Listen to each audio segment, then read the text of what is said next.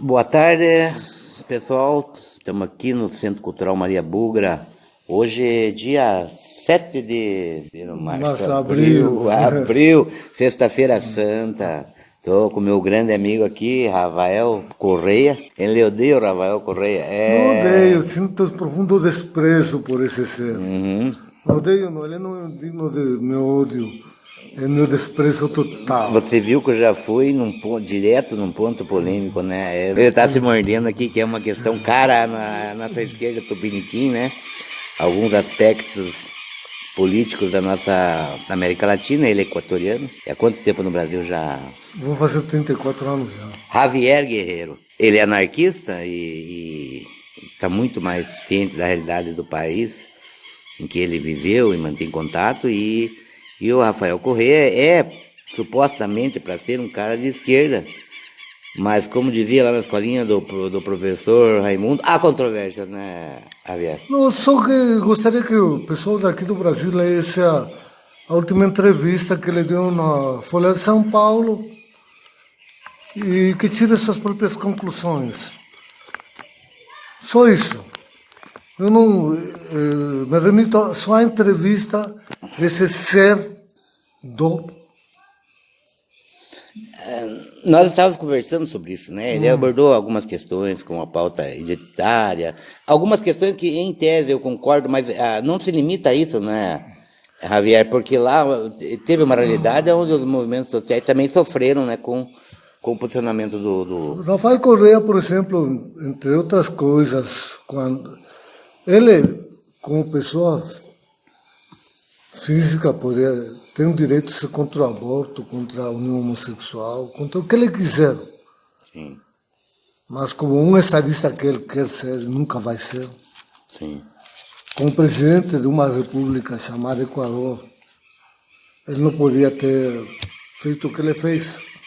Quando teve na Assembleia Nacional a votação para decidir a liberação ou não do aborto, tinha duas assembleístas do partido dele que se manifestaram a favor do aborto. E como esse senhor, nós chamamos de outra forma, porque não encontro outra forma mais de demonstrar meu total desprezo por esse senhor, ele mandou tirar essas e colocar duas suplentes que eram a favor das teses dele. Você acha que não é só a questão de ceder por motivos eleitorais, é a questão que ele realmente... Ele é isso. Ele é isso. Ele é um cara homofóbico, um cara autoritário, extremadamente autoritário, que perseguiu a oposição tanto de esquerda quanto de direita, e mentiroso em muitos aspectos. A questão da pauta identitária, outro dia conversava com Cláudio Ribeiro, grande amigo. Sim, grande Cláudio. Cláudio Ribeiro, poeta, uma pessoa... Um ser humano fantástico. Falo daquele advogado trabalhista fundador do PT. E bom jogador de cartas, eu joguei, porque o pessoal acha que ele gosta de cacheta, né? Jogou já com ele? Nunca. E conversamos com ele sobre essa questão das lutas das pautas identitárias. Eu me remito a uma coisa que Chico Mendes alguma vez falou, que luta ecológica sem luta política é jardinagem fina. Sim. Então a luta identitária, sem estar inserida dentro da luta de classe, é qualquer coisa, sim, menos uma luta revolucionária. Isso que nós falamos ontem, né? Sim, como estávamos conversando ontem. Então não dá para separar a luta do povo negro, dos povos originários, das mulheres, das feministas, das ditas minorias, de uma luta de classes. Porque enquanto estiver vigente o capitalismo, Estado capitalista, não haverá realmente liberdade total para a igualdade. Mas, enquanto isso não acontece, tem que seguir lutando. A luta, apoio todas as lutas do movimento negro, dos gays, lésbicas.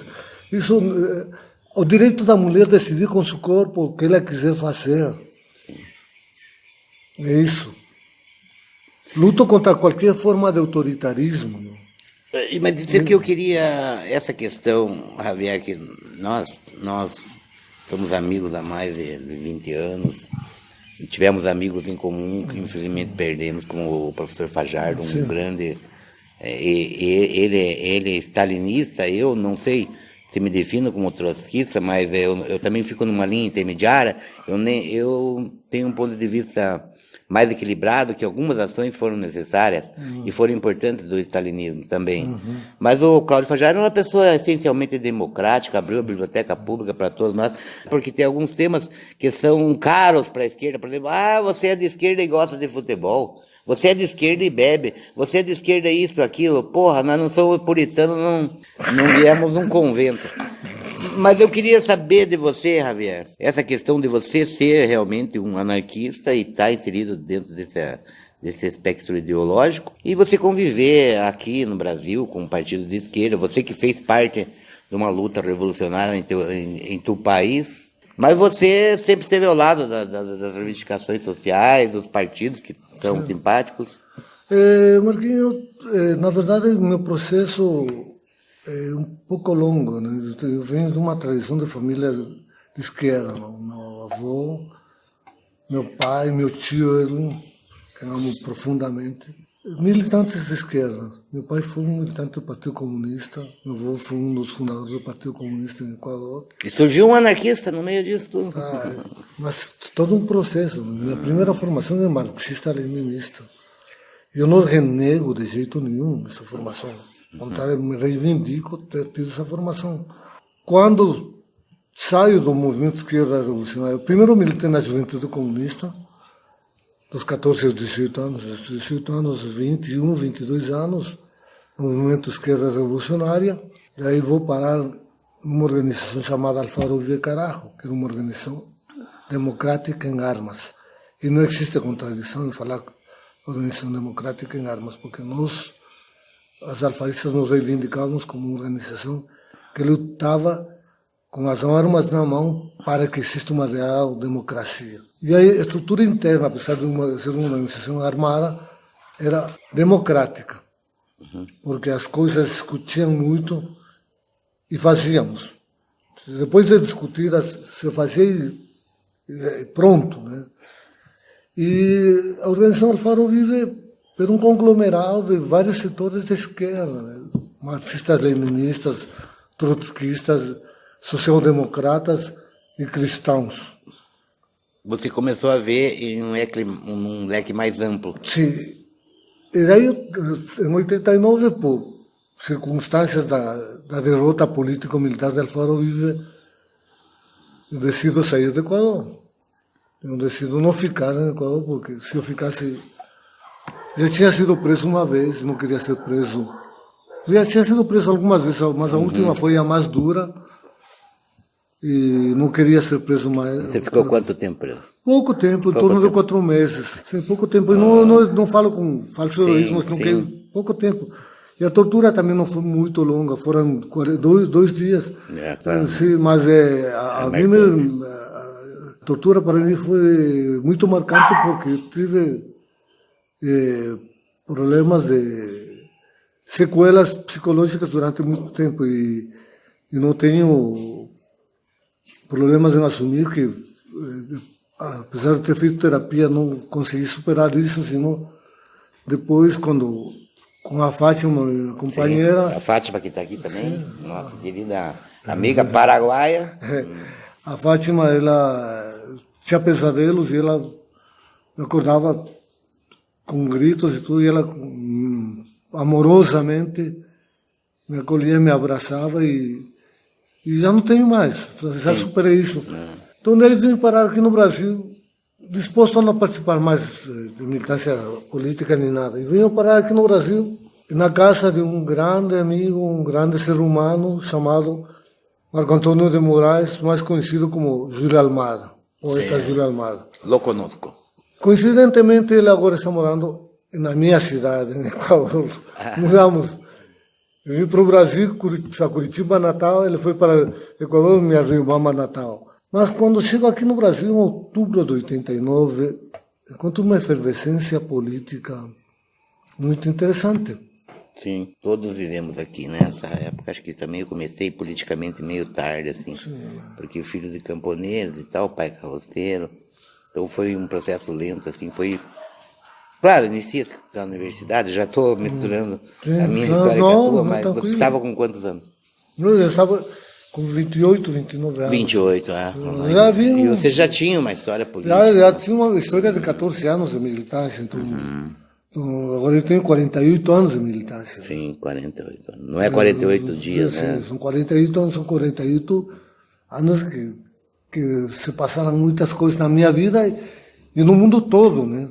Os últimos 30 anos, uma loucura. Sim, tanta coisa mudou. Sim. E me lembro que fui no comício do Lula na Boca Maldita. Eu fui parar na Vila São Pedro, nesse setor aí com Pedro Paulo Costa, com Mauri Chaves, esse povo ligado à igreja. Sim. Eu gostava desse povo por uma razão. Os igrejeiros, porque não eram de falar muito, senão de fazer as coisas.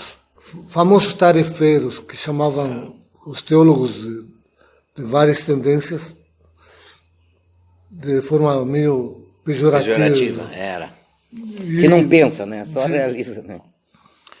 Eu gostava muito desse povo, tanto que até agora tenho uma amizade muito boa com o Mauri. Com Pedro Paulo Costa não, porque é um traidor. E com traidores eu não tenho contato. Sim. Cumprimento de forma educada e olha lá. Igual que com o Natália Chica, os petroleiros.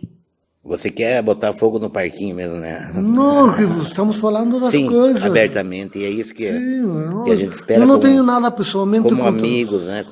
Não tenho nada pessoalmente contra Sempre eles. fomos assim um com o outro, né? Sempre fomos. Marquinhos, não tenho nada pessoalmente contra eles, sino que politicamente. É uma crítica política, né? Eu posso conversar com eles, mas não posso me sentar a tomar uma cerveja com esses caras. É diferente, né? E aí, um comício do Lula, o Marquinho, o Júlio Almada me traduzindo, né? Quando o cara fala que ele queria uma sociedade de classe média, não? Que todo mundo possa... Eu lembro claramente, até agora repeti esse discurso do Lula, acho um barato, né? Eu estava nesse comício. Sim, eu estava nesse comício. Que ele falou que queria que todo mundo tivesse direito a ter sua casa própria, a tomar sua cervejinha, comer sua picanha no final de semana. Isso não é de hoje. 34 anos atrás ele falava isso. O mesmo discurso. O mesmo discurso. O Lula nunca se pretendeu um revolucionário. Não, cara. Ele é um operário. Que o operário não saiu dele, felizmente. Ele é um social-democrata. Sim.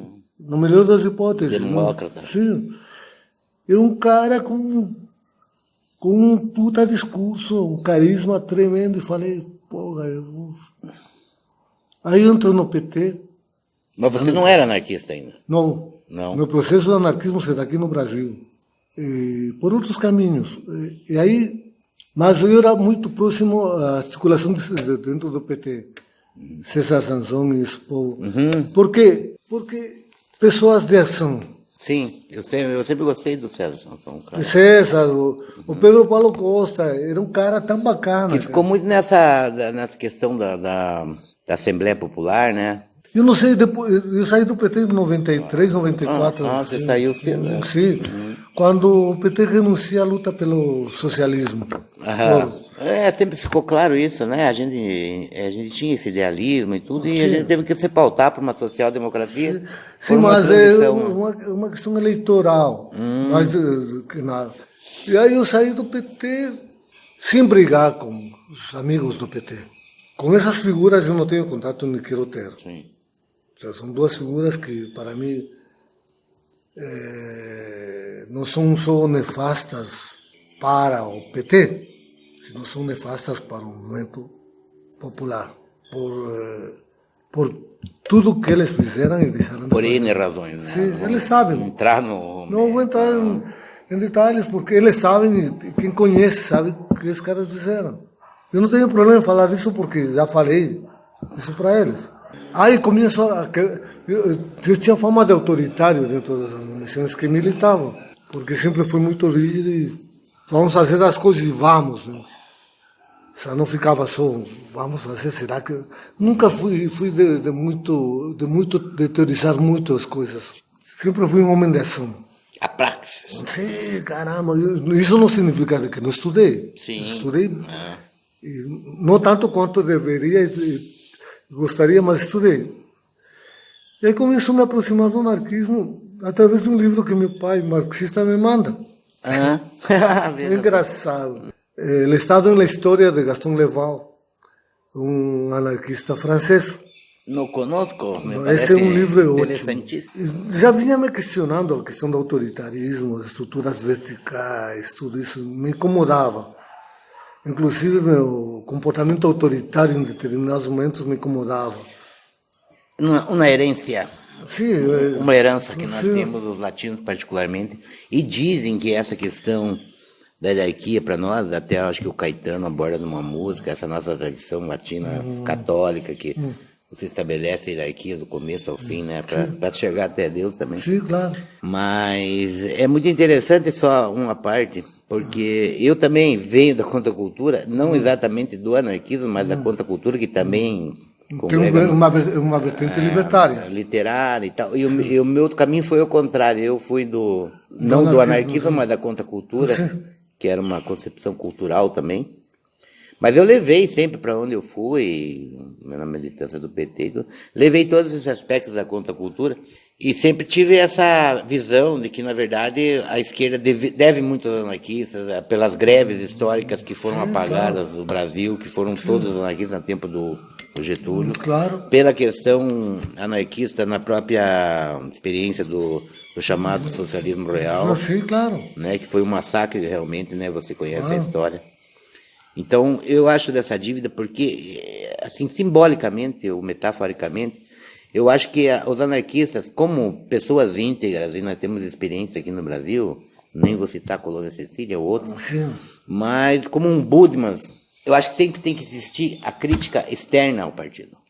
E quem está no partido, às vezes, não consegue fazer essa crítica. Você tem que... Eu não estou falando da direita, claro, a direita é outra coisa. Não, crítica à direita, autocrítica para que a direita bata palma, mas não quero, foda-se. Quero que se foda a direita. A direita não tem direito a reivindicar autocrítica à esquerda nunca, cara. Sim. Eles que se fodam, que se fodam. Não quero nada, autocrítica. E sabe por que gostei do PT? Por essa democracia interna que tem, essa disputa de tendência. Partido Democrata.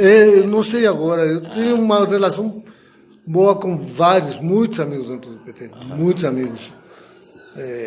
Apoio os candidatos do PT, sua grande maioria.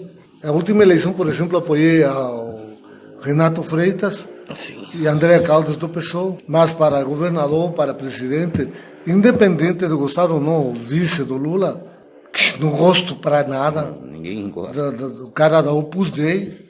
Ele parece que se encontrou agora lá, né? Sim, parece que está feliz. Ele estava no armário, acho. É engraçado. Mas esses caras são falsos pra caralho, também não dá pra... que eu quero acreditar numa coisa que o Lula tem, cara. O poder de sedução que esse cara tem. Se o cara não virou um social-democrata, pelo menos o Alckmin virou um social-liberal, que já é grande coisa. O Haddad é um social-liberal. Você vê esse arcabouço fiscal aí, né? Sim, claro. Ninguém fala nada. Eu penso que ceder aos banqueiros não é Você tem que tensionar sempre. Sim. Até entendo que é um período de reconstrução da democracia. Eu acho que eu não sou a favor de uma ruptura qualquer que ela seja agora, até porque eu acho que sempre vai ser uma transição, independente de qualquer coisa. Mas eu acho que ceder demais não é um bom caminho.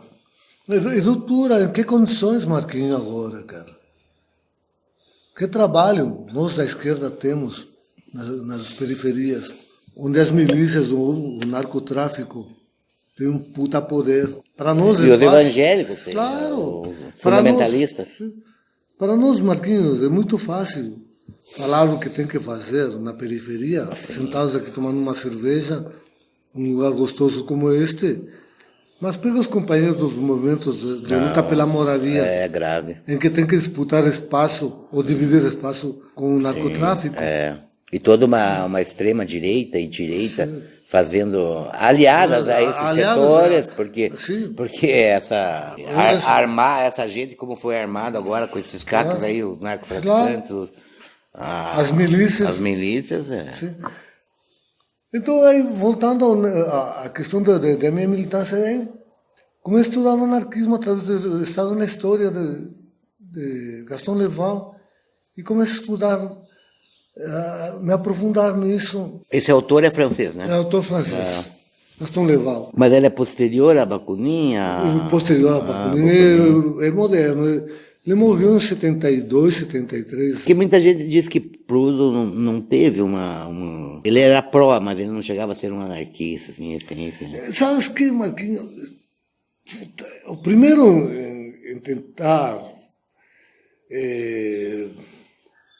como se chama? Estabelecer parâmetros sobre anarquismo. O primeiro a se reivindicar como anarquista é Proudhon. É, né? É Proudhon. Eu não cheguei a me aprofundar tanto sobre o assunto, mas... Eu tenho lido não tanto quanto gostaria. Proudhon tem vários méritos. O primeiro deles é que era um garoto analfabeto até os 17 anos, camponês. Toda propriedade privada é um roubo. E é mesmo. E aí pouca gente sabe, desculpa, eu tenho essa característica de interromper as pessoas. Mas pouca gente sabe que, por exemplo, na Europa, na maioria dos países, a terra não é particular, é o Estado ainda que... E aí o Proudhon, com 17 anos, vai a Paris, trabalhar numa gráfica, e aí começa a se alfabetizar. Tardiamente, com 17. E aí escreve sua filosofia da miséria e seu miséria da filosofia. Não me lembro bem porque este Marx faz uma crítica feroz, despiadada a Proudhon. Eles sempre viram o anarquismo como um inimigo, né? Marx e todos eles sempre foram a favor das estruturas verticais, cara. Enquanto que... Mas em última instância não, né? Porque daí você haveria o povo e tal, mas é complicado, né? É complicado. Então aí eu começo a estudar os caras e me aproximo. E, por exemplo, o Bakunin era mais uma mendação. Pouco escreveu. Ele escrevia poucos discursos. Ele era um cara de barricada. Quem passa a ser mais uma mendação, que não deixa de ser uma mendação, mas um cara de escrever, o Malatesta, e depois vem os outros, né? Eu fico possesso quando escuto anarcocapitalismo. Meu Deus, isso não existe, cara, é uma criação metafísica, o que é isso? Uma imbecilidade completa. Porque... Nunca um anarquista vai ser pró-capital, de qualquer forma. Nunca, por quê? Porque o anarquista, primeiro, é contra qualquer forma de exploração do homem pelo homem. E o capitalismo é a máxima expressão da exploração do homem pelo homem, a mais sofisticada, e a mais cruel. Então, quando fala anarcocapitalismo, tem um idiota aí. Tem muitos idiotas. Esse aí é o humor. Mas tem seguidores. Tem. Olha a votação que ele teve em São Paulo. Mas num país como o nosso, que rasteja assim, culturalmente, vamos usar a expressão, né? Bom, não podemos falar, na Itália agora tem uma fascista lá. Marquinhos, você não se pode... O discurso fascista é fácil, né? Ele apela para um resumo dos problemas, para a ignorância, aí nós temos ambos um inimigo comum, porque na verdade a grande essência anarquista quanto os fascistas também é histórica, né? Claro. Na Espanha, né? Que é tão cara para você. Marquinhos, mas a essência da luta dos anarquistas é contra o capital. Sim. E contra o Estado que representa o capital. É só uma suprema ignorância para deduzir historicamente outra coisa, né? Aí eu saio do PT em 93, 94, divergências, mas não me afasto dos meus amigos petistas, tenho grandes amigos. E no centro Che Guevara. Sim, o Centro Che Guevara, uma iniciativa, né? Uma grande iniciativa. Teve alguns problemas, né? Assim. Eu era assíduo no Centro Che Guevara. Para quem não conhece o Centro Che Guevara, marcou a época com palestras, com incentivo à cultura. Era ligado ao mandato do Tadeu Venelli, né? Quem coordenava isso era o meu grande amigo. O Rosa, né? Luiz Rosa. Um abraço pro Rosa, né? O Rosa é um grande cara, né?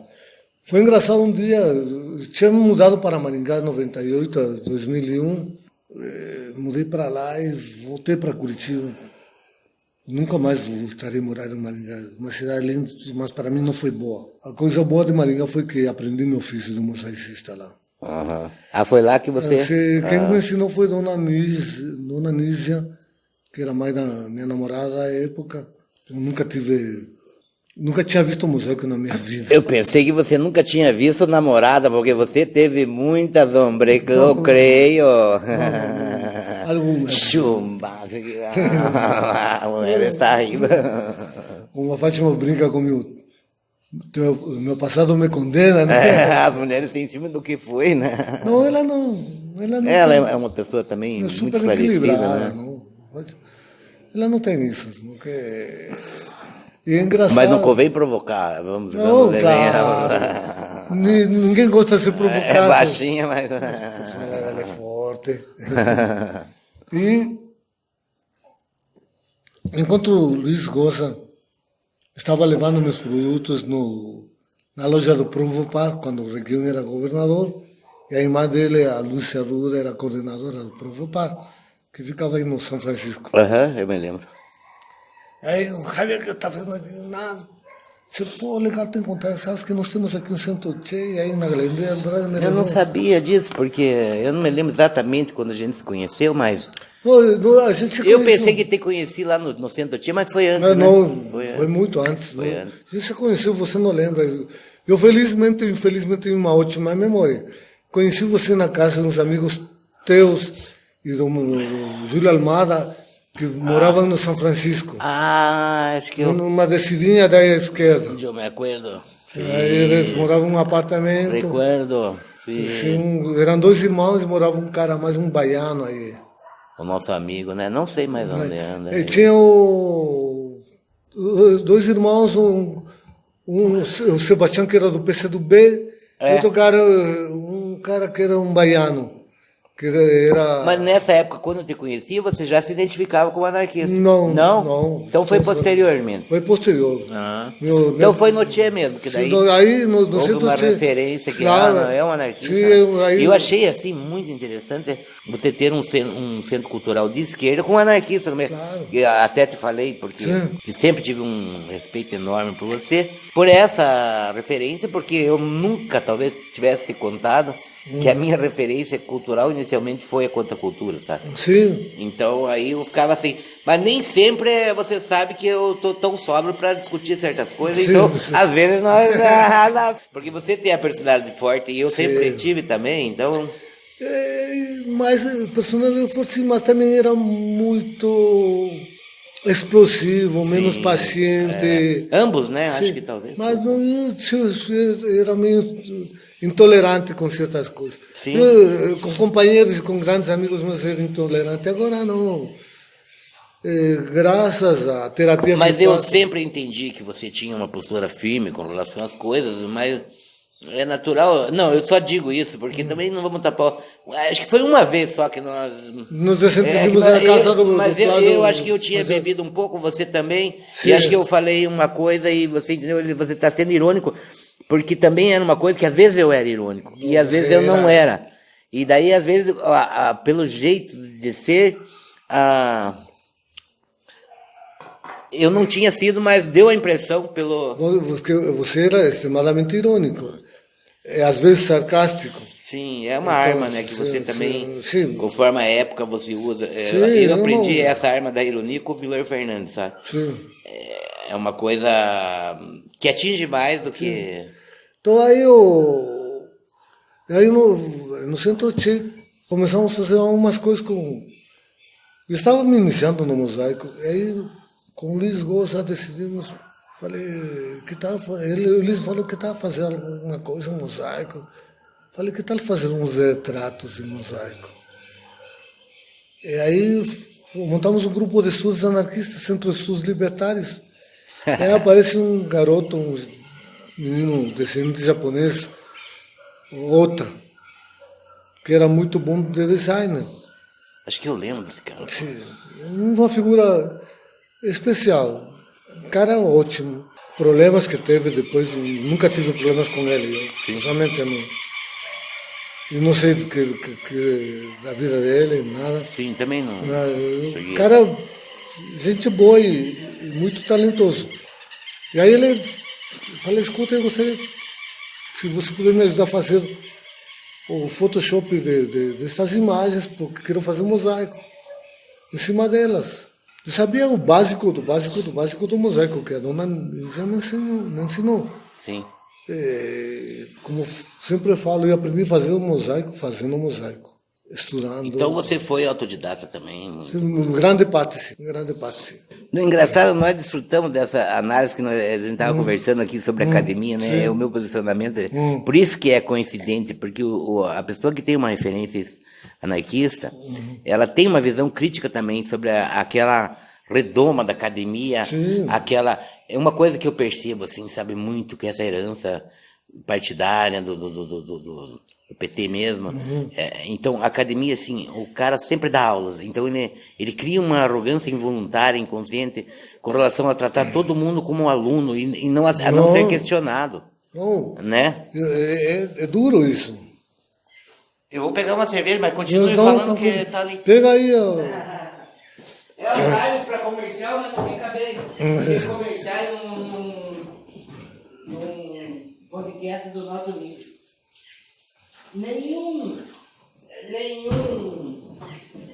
Nenhuma publicidade mereceria esse privilégio. Quer uma também? Não. Mais devagar, sim. Continuemos. Então, decidimos fazer uma primeira coleção, faz 16 anos atrás já, chamada Homens e Mulheres da Nossa América, que peguei 2 figuras de 10 países, né? Do México peguei Emiliano Zapata. Nossa. E a Frida Kahlo. Na época, eu não tinha estudado suficientemente a Frida Kahlo, não teria escolhido outra mulher.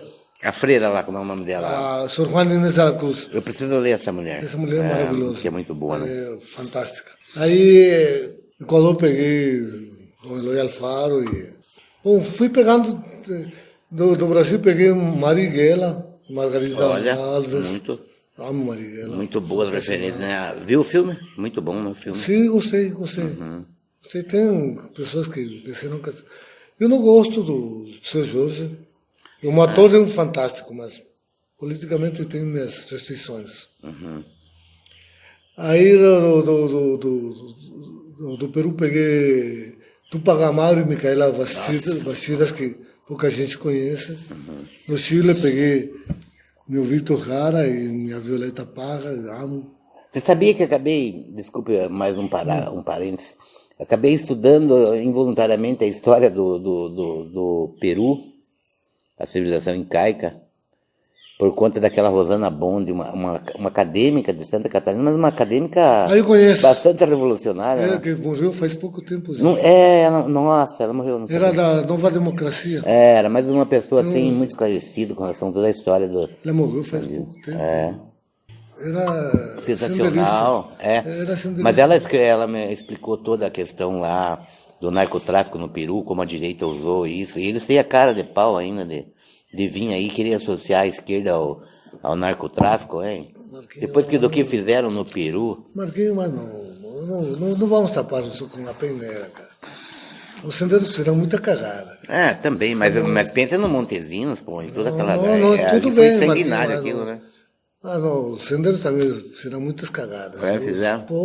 Cometeram assassinatos brutais. Eu tenho... Não é o caminho, né? Não podemos nos permitir cometer os mesmos erros. Isso vai embrutecendo, né, as pessoas. Falar que não tem... Montesinos um filho da puta, igual que eu amo o Fujimori, mas os senderistas também fizeram cara. Eu conversei com alguns companheiros peruanos no Rio de Janeiro, um encontro sobre economia solidária, contaram atrocidades que eles cometeram. Também nunca foi. Claro. Faço uma análise geral também de como que a direita latino-americana também foi absurdamente cruel e sanguinária. Claro. Aí falam, porque Che Guevara... Mas, porra, o que os caras fizeram aqui na América Latina? Mas, primeiramente, falar do Che tem que lavar a boca com água sanitária, cara. Sim. É que os anarquistas me perdoem, mas para mim tinha umas referências. Eu acho interessante sempre, Javier, que os caras colocam assim, não, vamos contar lá os mortos do Stalin, e você sabe, não sou stalinista, e também eu acho que o Trotsky fez merda, então a gente tem uma leitura crítica, é 20 milhões, não sei o quê, porque teve aquela questão na Ucrânia também que foi um terror aquilo, como na China, quem pagou o preço da industrialização foram os camponeses, Claro. mas eu acho interessante quando você se vira para essas pessoas, e diz, então vamos amontoar então os crimes do imperialismo e do capitalismo. Civilizações, meus amigos, não é, a civilização indígena, mas eles não contam os mortos deles. Só os mortos pela Santa Inquisição Católica. Só. Eles dizem que isso não é direita. Como que não é? Você estão até hoje aí, a mesma estrutura? Não, só isso. Então aí fizemos a coleção. Foi a minha primeira coleção que fiz. Aquele 30 de abril de 6 anos atrás, 2007, né? E almoçar na Galeria Andrade com um companheiro anarquista de São Paulo que trouxemos para falar sobre arte dentro da visão anarquista, um debate com uma professora marxista sobre arte. A arte da perspectiva anarquista é uma coisa maravilhosa, né? Porque a esquerda sempre quis tutelar um pouco a arte também. Né? Teve o realismo soviético, e eu aprendo a ver as coisas com espírito crítico e no tempo. Sabe? Sim, claro. E talvez em algum momento, também acho que a arte, em certo ponto, pode ser engajada, mas eu acho que o espírito do homem é maior. Marquinho, publiquei agora há pouco um texto acompanhando um painel que fiz em homenagem ao menino congolês assassinado. O Moise. Moise. Você esteve lá, né? Eu estive lá. Achei maravilhoso aquilo. A gente, pandemia, a gente se acompanha de longe, né? Eu falei, pô, meu amigo Javier foi lá fazer o... E aí eu escrevi uma coisa que faz tempo está batendo na minha cabeça, que fala, a arte tem um compromisso estético, mas o artista, além de ter um compromisso estético, tem um compromisso ético. E a arte não tem que ser engajada, nem nada. O artista tem que ter um compromisso ético. Por exemplo, o José Luís Borges era um cara de direita, assumidamente de direita. Mas o compromisso estético e ético do cara são fantásticos. Pega qualquer livro dele, do Borges, e você se deleita lendo Borges. O realismo fantástico. Não, ele não é do realismo fantástico, não. Ele é de outra vertente. O realismo fantástico, estamos falando de Garcia Marques, do Vargas Llosa, de Cortázar. Cortázar, gosto muito de Cortázar. Ernesto Sábato também. Ernesto Sábato, mais ou menos. Que também é de direita. É de direita, sim. Por exemplo, o Sábato eu não gosto dele porque o cara foi um serviçal da ditadura. Ele começou como um cara de esquerda que é Vargas Llosa. Eu não gosto de traidor. Não, esses caras... Não. Aí tem um profundo desprezo, mas voltando à questão da arte. E aí, aquele dia, íamos almoçar na Galeria Andrade, me viram, e quem estava passando? A Fátima, né? Que foi minha colega de trabalho no Instituto Cultural da Cidade Argentina, onde dei aula espanhol. Le mirou. Me mirou. E aí conversamos um pouco e decidimos sair. E desde aquele 6 de maio de 2007 estamos juntos. Já faz 2007. Já são 16 anos e... 16 anos. 16 anos já. Começamos a namorar e tudo. E depois fomos morar juntos. Já faz 8 anos, 9 anos que estamos morando juntos. E você assimilou mais uma cultura, pois ela é paraguaia, né? É gostoso isso, Marquinhos, te confesso, porque ela tem uma carga cultural de paraguaia, mas como foi casada com o Maélio do Calamengal. Sim, o nordestino. O nordestino, ela tem também isso, da cultura nordestina. E há uma mistura de culturas, de 4 culturas. A brasileira do sul, a brasileira do nordeste, a paraguaia e a equatoriana. Entre nós dois, é gostoso, inclusive na culinária, nós misturamos. Vocês são 2 ótimos cozinheiros, né? Hoje comemos essa muqueca aí, né? A Fátima cozinha muito bem. Eu me assimilei culturalmente aqui no Brasil. E não deixou de ser equatoriano. Você me disse ontem que você se sente mais brasileiro agora do que... Sim, muitas coisas. Eu sou um artista brasileiro, nascido no Equador. E falo sem petulâncias e sem posturas arrogantes, nada. Por que razão? Porque eu fiz artista aqui no Brasil. Eu fiz artista aqui no Brasil. Tenho minha referência de artista, meu avô que era pintor. Mas o que aconteceu? Eu aprendi a técnica do museu aqui. Fui me polindo, fui melhorando e tudo. Cara, eu vi uma vez uma exposição tua que me marcou muito, porque, na verdade, ali no Tchê a gente conversava, não tinha algum acesso a algumas obras tuas.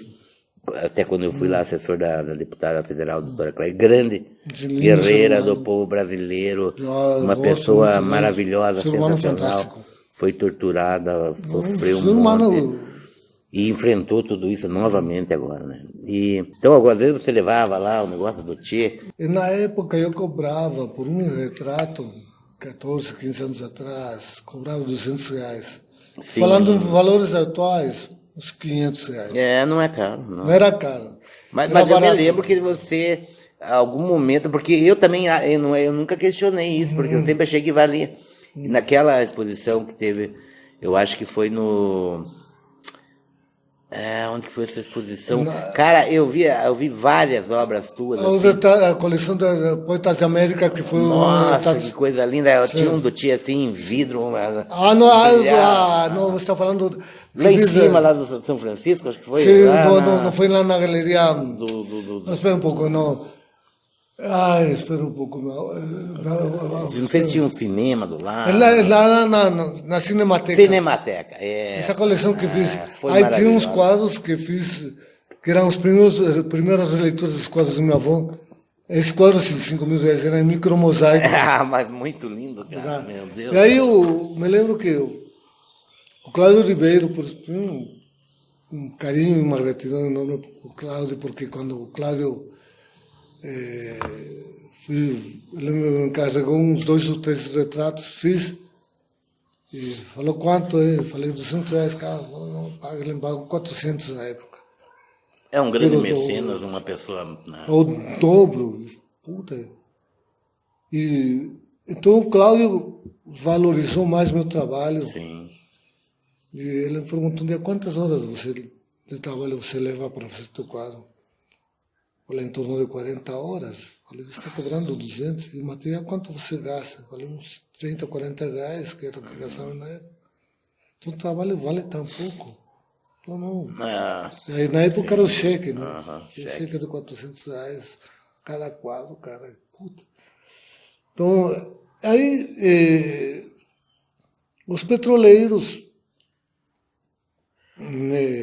convidam a dar um curso de mosaico na Escola Latino-Americana de Ecologia, onde fica o assentamento contestado, para fazer um painel grande. Painel, né? Ficou bonito esse painel. Eu estou assustado, nunca tinha feito um painel. E aí o Silvanei, que era o presidente do sindicato, falecido. Nossa, um grande cara. Tínhamos divergências com ele, mas um cara que sempre respeitei. Eu digo assim, porque ele apoiava essas iniciativas. Era um cara coerente. E um social-democrata, né, também, né? Sim, mas um cara coerente na defesa da classe trabalhadora. Pronto. Aí fizemos dei um curso, trabalhando na frio, em pleno junho, julho, cara, 14 anos atrás. E Las Manos? Um grupo pequeno era aparecer em 2 turmas de 10, sempre acontece isso. Fiquei uma turma de 8, trabalhando de manhã, de tarde até meia-noite, cara, até que ficou pronto, aí montamos. Eu tremia, que não encaixava, encaixa aqui, corta por aqui, coloca caquinhos para cá. Aí os meninos do MST, o Caio,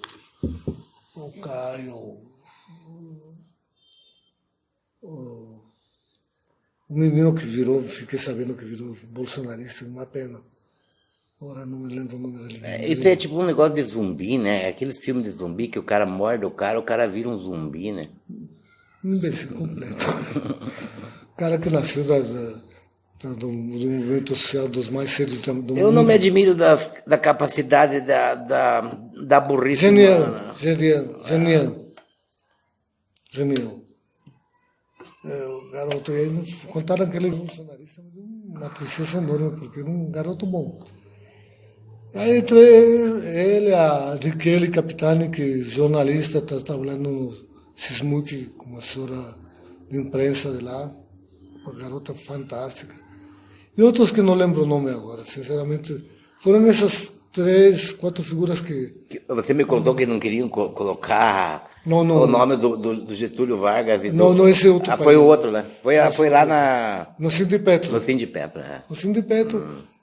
Aí foi uma disputa interessante, porque aí o curso no Sindipetro tem um painel grande feito com... Aí desse painel que colaborou trabalharam comigo foi Thiago Olivetti,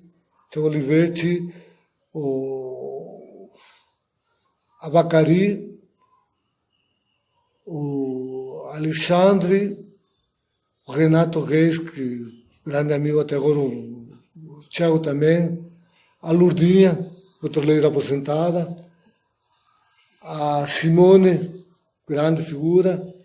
Tinha outro cara. Bom, terminamos fazendo, era para ser 10 também, terminamos fazendo 10. No final, saíram 2 de última hora. E foi o seguinte, eu pedi para a minha grande amiga Júlia Cobos fazer a arte, expliquei do que eu queria, contar a história da luta do petróleo, desde a descoberta do primeiro poço de petróleo na Bahia, sim, até o pré-sal. Sim. Porque o muralismo tem... Eu aprendi com os gênios do muralismo mexicano. Qual que é a maior escola? A do México mesmo? Eu gosto muito da escola mexicana. Tem os soviéticos, tem uma escola de muralismo.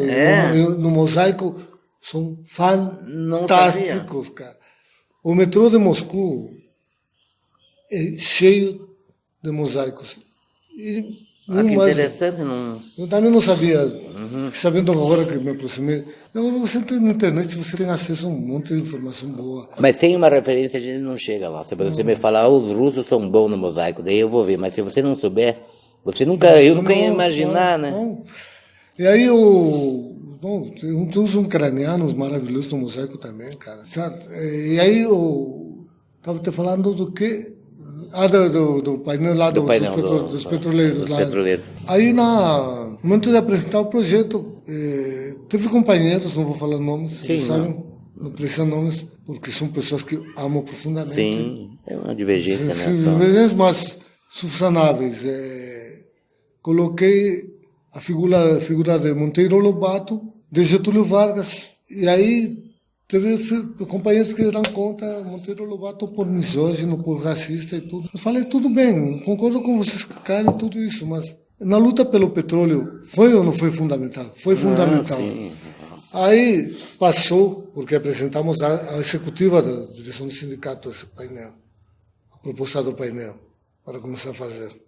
E aí também teve uma discussão que eu reivindiquei colocar, quando já estava em andamento o painel, a figura do Silvanei, no último período. Sim. E teve companheiros que foram contra. Talvez para não personificar, né, uma sim, luta coletiva, né? Mas eu parto de um princípio. Mas seria uma memória viva, né? Parto de um princípio. Eu não faço. Pouquíssimas sessões tenho feito fazer retratos de figuras públicas vivas. Sim. Porque os vivos ainda erramos. É igual o goleiro, né? Você começa a elogiar, chega lá e toma um frango. Sim. Então aí teve gente que foi contra e a viúva, a minha querida Ana Célia, ficou surpresa vendo a minha defesa porque ela sabia das divergências que eu tive com o Silvanei. Sim, e isso eu acho uma característica da personalidade. Nós podemos divergir e nós podemos respeitar alguns aspectos da vida das pessoas. Diferente daquelas outras duas figuras que te falo que são. Silvanei nunca foi isso. Se formos para um cara corrente, divergências tivemos profundas com ele. Ideológicas, não políticas. Sim. Ele é social-democrata e anarquista e batíamos de frente, porque ele também, personagem forte e igual.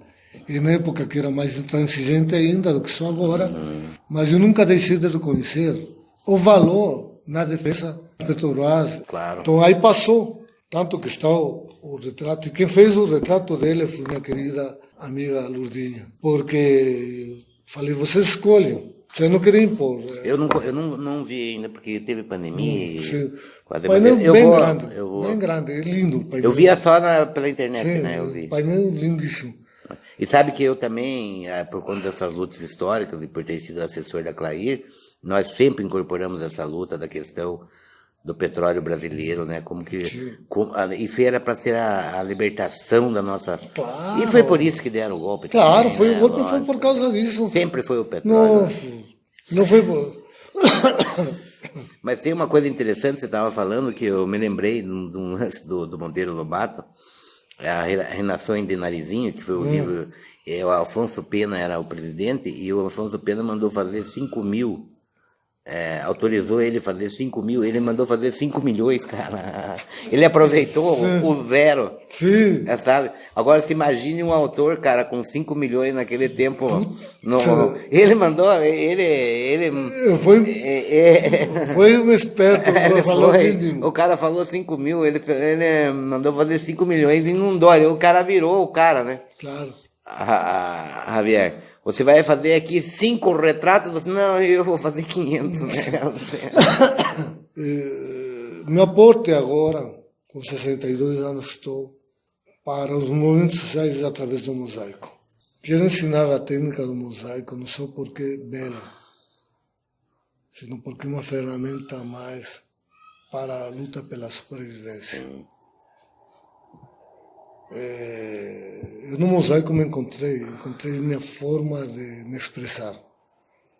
Quando fiz a exposição Poetas da América, convidamos o grande Thiago de Mello, maravilhoso, como homenageado para a exposição no canal da música. E o dia que ele chegou, fomos recolher ele no aeroporto, a Fátima, Luiz Gossa e eu. E entre outras anedotas, tem um poema dele, o Estatuto do Homem, que eu tinha lido primeiro em espanhol. Primeiro em espanhol, traduzido pelo grande Pablo Neruda. Olha, tá. Um grande tradutor, o Pablo, né?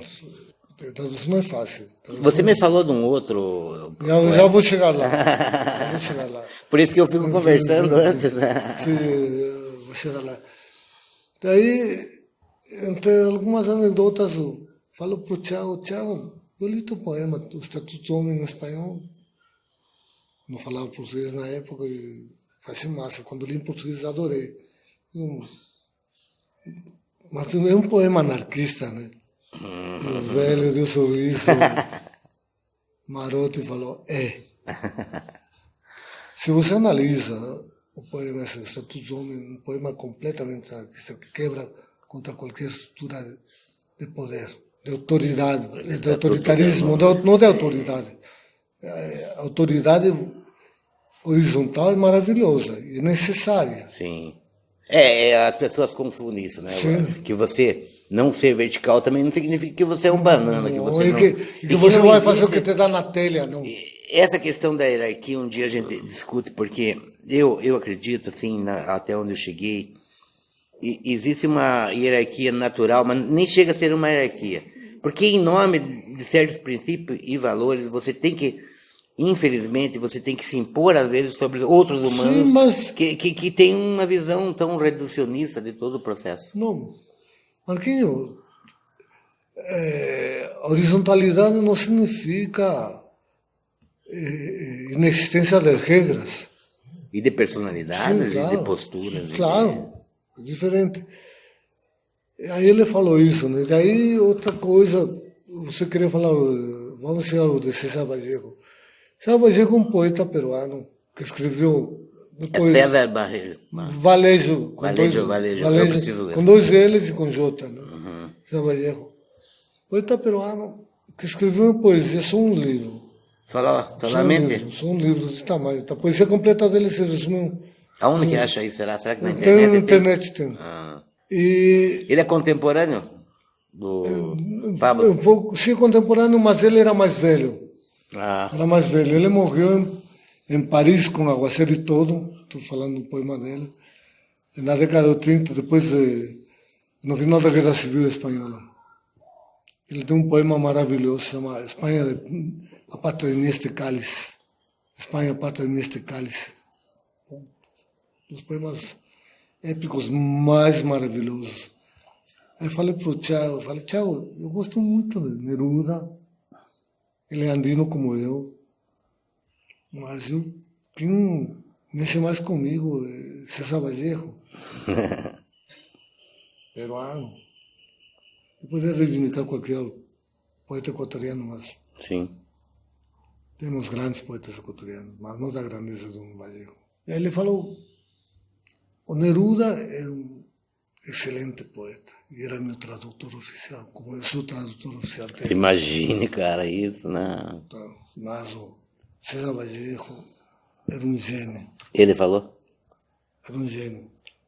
Tão gênio que tem uma cátedra na Universidade da Sorbonne de Paris, chamada Poesia Valesiana. Como eu não conheço, né? Não, você não é exceção, você é a regra. Eu te falei, muito obrigado. Não, sério, Mas eu não. te falei, assim, eu alcancei até onde eu pude de forma didática. Por exemplo, o Rubem Dario é um cara que eu Rubem Dario eu gosto. A Gabriela Mistral. Gabriela Mistral, sim, maravilhosa. É uma huelga que paralisa los punteros del reloj, que é lindo aquele poema dela. Aqui na América... Eu procurei, sabe? Mas a gente não consegue... Essa grande pátria latina sempre vai ser um sonho, porque a gente acaba... Sim. E aí, então, essa anedota com ele e a outra que te falei quando fiz o Thiago de Mello morreu. Sabia, esperávamos e chorei a morte do Thiago de Mello. Sim, nossa. Porque são pessoas com as quais... Uma pessoa universal, democrática e um artista... Sim. E falando de democratas, eu me aproximo do Cláudio Fajardo. Nossa convivência em comum, né?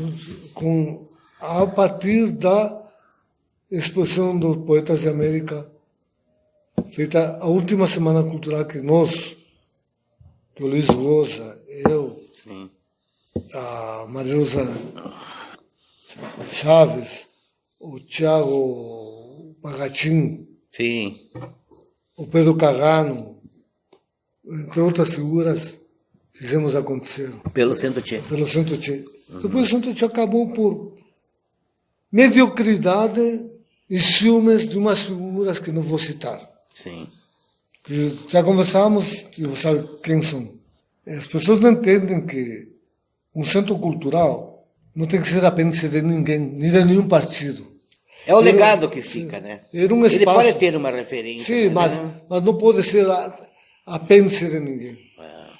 Era um espaço super democrático. Centro-Tchê, tenho saudades. Não, nossa. Mas saudades, mas não essa saudade. Era a nossa referência cultural, sim, por incrível, assim, não que fosse uma coisa assim muito grande, mas sabe que Curitiba falam tanto, mas é pobre. Pobre assim, culturalmente. Na questão da cultura oferecida às classes menos favorecidas e tal. Então, o Paulinho Lamarca foi um cara que iniciou, tentou, né, um trabalho... Sim, no que ele se cansou também. Claro, cansa. Foi muito que cansa, né? E aí, por mediocridade e ciúmes de algumas figuras. Mas sabes que eu não tenho... Mas a nossa homenagem aqui ao Centro Tchê, tudo que representou. Sim, porque ninguém vai falar isso, que a gente reconhece o teu trabalho, o trabalho de outros companheiros que tentaram levar. Eu vivia lá, cara, eu gostava muito. Luiz Rosa, o cara levava nas costas. Com o Thiago Bagatinho, o Thiago saiu. E uma pessoa amabilíssima, né? Chegava lá, sempre... O Luiz é um senhor em todas as sensações da palavra. Uma pessoa educada, né? Um senhor, acho. Senhor. Ele ouvia, né? Ele teve uma paciência histórica comigo. Ele dava um sorriso, né? Ele começava a conversar, ele falava dele. Porque na época eu era muito agressivo, por N razões que não vão ao caso. Não, eu sei, a gente se constrói de uma forma difícil, a gente tem que. Eu acho que melhorei muito também, assim, né? E a gente leva umas porradas do sistema e de tudo, né? E você tem me ajudado muito também a terapia, Marquinhos. Eu faço terapia, e, ao contrário de alguns idiotas que falam, você faz terapia porque está maluco, não. Faço terapia para não ficar maluco. Não existe. Para não enlouquecer. Agora, assim, com relação lá à questão, porque essas homenagens póstumas, eu sempre vejo, é como se o Fajardo estivesse aqui. Eu fiz uma exposição sem centro cultural, sem nada, mas eu fiz uma exposição, um olhar periférico na biblioteca pública, que é quando eu tinha um jornal de bairro, eu tirei várias fotos, assim, onde... Porque eles acham que Curitiba não tem periferia, tinha. Então eu tirei foto em bailão, eu tirei foto nos bailões, nos campos de futebol da suburbana. E daí eu resolvi falar assim, fazer uma exposição lá. E o Fajardo imediatamente abriu as portas. Não tinha custo, mas só o lance tinha custo para... Tinha que fazer as molduras e tal, tinha o custo de imprimir o material. Mas foi uma coisa, assim, muito significante para mim. E aí, eu não sei, sabe, eu deixei lá no bar daí eu continuei com essa exposição lá no Bife Sujo, e daí pegou fogo lá no bar do César lá, e queimou todas as minhas... Ah, meu Deus do céu! Então aí, a partir dessa exposição, fizemos com a Fátima, estamos juntos com a Fátima há algum tempo, uma amizade muito grande com o Fajardo, até o dia da morte dele. Eu sinto falta de... O Fajardo se dizia stalinista e ele se reivindicava como stalinista, mas era um stalinista meio diferente, porque ele era muito democrático. Era extremadamente democrático, ele conseguia conviver com pessoas de diferentes... Eu estava falando ontem, né, uma pessoa emotiva, que tinha coração, né, que se emocionava com as coisas. É um ser humano fantástico, eu sinto falta... Você não percebeu nesse diálogo nosso que eu deixei escapar uma frase, que eu não vou fugir desse ponto também, Javier, que nós debatemos tanto ontem, conversamos, que eu falei, graças a Deus, né, eu falei... Então, eu falei para você, para finalizar o nosso diálogo, daí eu estava dizendo assim que existem coisas assim que eu coloco um parênteses, por exemplo, com relação... Coisas que eu talvez devesse compreender mais profundamente e entender ou ter uma posição definida e não tem. E eu acho que na vida a gente às vezes não consegue, e eu achei muito interessante porque eu te falei isso e você falou, Marcos, eu entendo. Eu achei, porque é muito interessante isso. Uma delas é o anarquismo e a outra delas é a questão de Deus, né, que eu chamo a questão de Deus. Então nós conversamos sobre isso, né, dialogamos, porque eu falei assim, cara, eu não sou um ateu convicto, eu falei para você, ele falou, Marcos, existe o cara que é ateu e o cara que mas eu, assim, vamos dizer assim, ao contrário, aí você me falou, Marcos, o crente, ele tem incerteza. Eu falei que eu não sou nenhum deísta convicto também. Então, eu me dou ao luxo de ser um desses seres que não precisam me definir completamente com relação às coisas. Por exemplo, acredito, tenho um pé no anarquismo, não me considero anarquista porque tenho a minha militância política de esquerda e procuro acreditar na estrutura partidária, não aos moldes exatamente do socialismo clássico, mas enfim. E eu fiquei muito feliz de ter em você, que tem suas posições mais definidas com relação a esses assuntos, né, e ver que você convive bem, ou convive com as tuas ideologias e... Mas que eu sou ateu, mesmo sendo todos nascemos ateus. Os deuses, as religiões, as ideologias, inclusive, são impostas de uma ou de outra maneira do entorno familiar, bairro, de cidade, de escola. No meu caso, meu pai era um homem ateu, minha mãe era uma mulher católica. Eu sou fruto desse amor, um amor enorme. Não porque meu meus pais estão mortos, no que eles se amaram profundamente.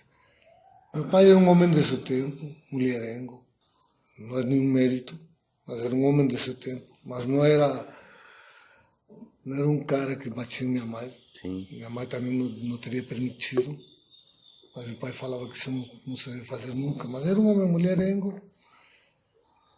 Minha mãe é uma mulher católica desde a missa, todo domingo. Eu sou fruto disso.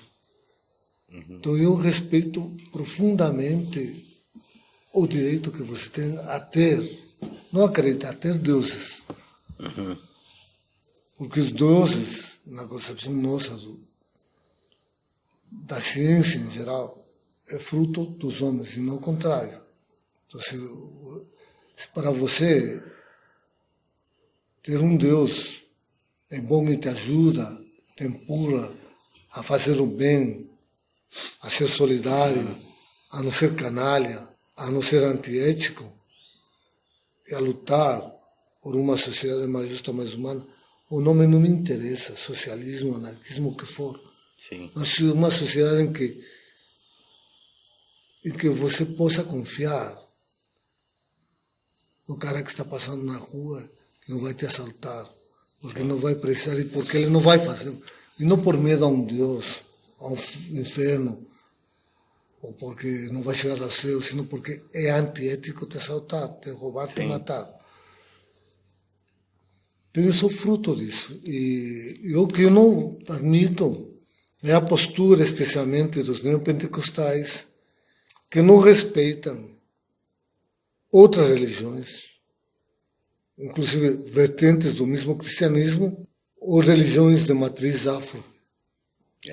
Sim, é um absurdo. São intolerantes. Sim. E muito mais ainda intolerantes com os ateus. Um dia eu fui visitar um grande amigo, companheiro, o Ali, presidente da FEPAM.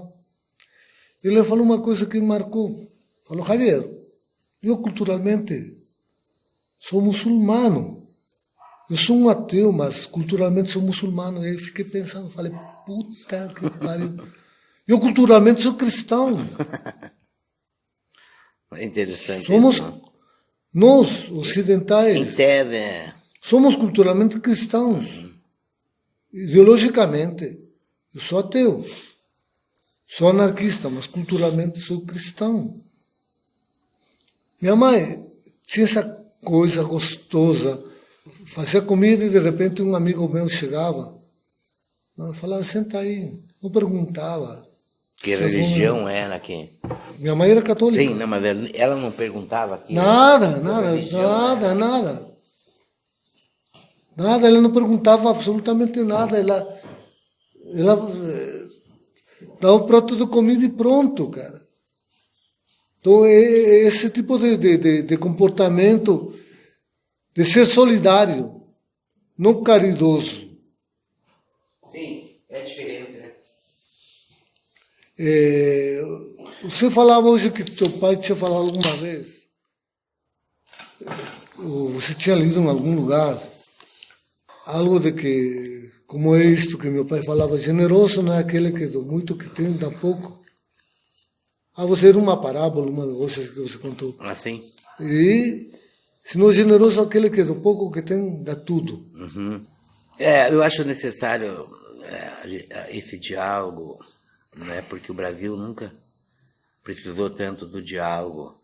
E realmente, eu digo assim, os anarquistas ocuparam um papel muito importante, porque eu acho necessário que se faça a crítica. Não nada é imune à crítica. O partido não é imune à crítica, a igreja não é imune à crítica, nossa própria postura não é imune à crítica. Depende muito da maneira como você faz, é lógico, mas quando você inibe uma autocrítica, uma crítica social. Isso começou lá com Hipátia em 300, a última diretora da Biblioteca Alexandria, Claro. que muita gente fala, porque os cristãos foram perseguidos pelos comunistas. Pelos muçulmanos. Os muçulmanos são...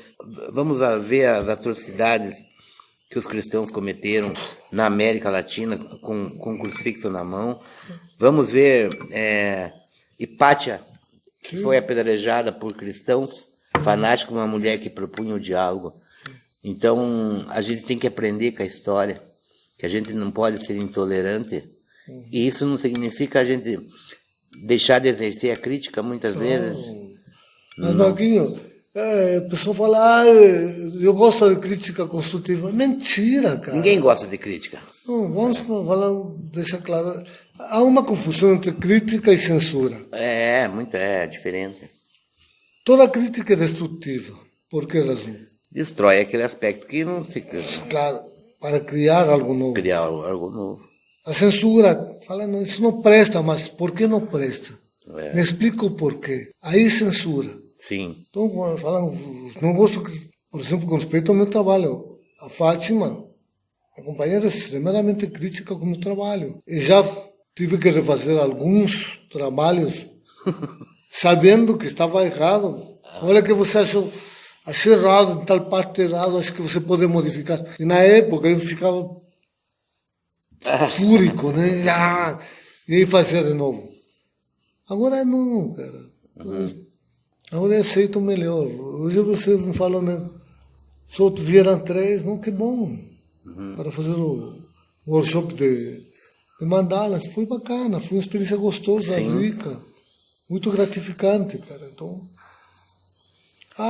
foi uma pena não ter vindo, mas sim uma pena. Mas vai ter, vamos nos dar essa É oportunidade. sempre uma construção. Sim. Como é importante para mim ter amigos que exercem um papel assim importantíssimo, a gente viu pela essa pandemia. Então eu quero reconhecer pela tua coerência, pela tua evolução, pela tua grandeza de caráter, sempre com tua postura, ao longo desses mais de 20 anos que talvez te conheça, onde às vezes, em algumas vezes não concordamos com tudo, mas a gente sempre se respeitou. Sim, claro. Como artista, como pessoas. Sim. Porque entre as pessoas existe esse respeito da coerência, do objetivo comum. Sim. E então eu te agradeço muito por você fazer parte do rol dos meus amigos, de pessoas que eu fico muito feliz, sabe, quando vem para cá e a gente pode conversar, que eu digo sempre é um respiro, né?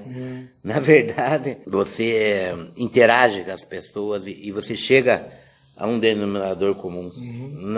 Não existe a preocupação de que a minha opinião prevaleça sobre a tua e a gente dialoga, né? Eu acho isso muito importante. Então, muito obrigado. Marquinhos, eu te agradeço muito ter nos recebido em tua casa, não é a primeira vez, e tenho certeza absoluta que não vai ser a última.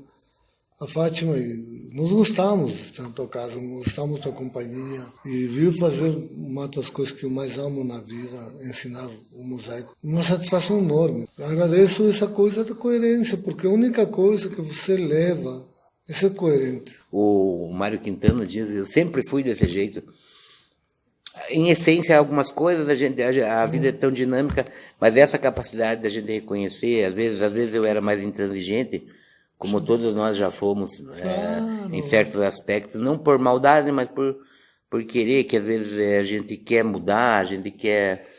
Eu não quero mudar ninguém. Eu não quero mudar ninguém assim, pessoalmente. Eu não quero que você vire um anarquista nem nada. No que você vai mudar, as pessoas vão mudar pela minha coerência ou incoerência. Sim, é isso. O principal, né? É isso. Muitas graças. De nada, graças a ti, Marquinhos. Vamos preparar o peixe já para comer. O peixe.